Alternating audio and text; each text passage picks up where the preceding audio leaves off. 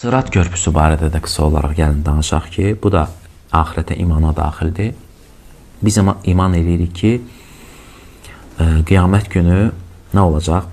Sırat körpüsü çəkiləcək. Cəhənnəmin bir tərəfindən o birisi tərəfinə, yəni cəhənnəmin üzərindən sırat körpüsü demək qoyulacaq, çəkiləcək və müsəlmanlar onun üzərindən cənnətə tərəf keçəcəklər. Öz əməllərinə görə keçəcəklər onun üzərindən.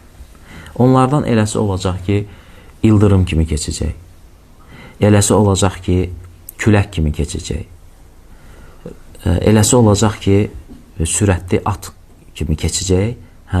Eləsi də olacaq ki, sürünə-sürünə güclə keçəcək. Yəni, hər kəs öz əməlinə görə. Ondan sonra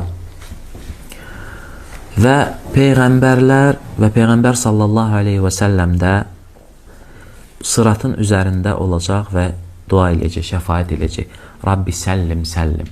Ey Rəbbim, yəni salamat elə, salamat elə. Yəni öz ümməti üçün dua eləyəcək ki, Allah Taala onları o körpüdən keçirsin. Yəni onlar cənnətə gedə bilsinlər.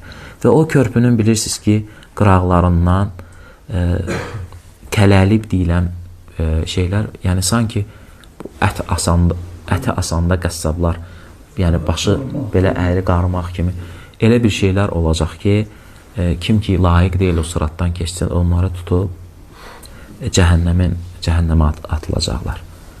Aydındır. Ondan sonra yəni kimə ki əmr olunacaq, onlar həmən insanları oradan götürüb cəhənnəmə atacaqlar. Allah qorusun. Yəni bu sıratdır, müxtəsər olaraq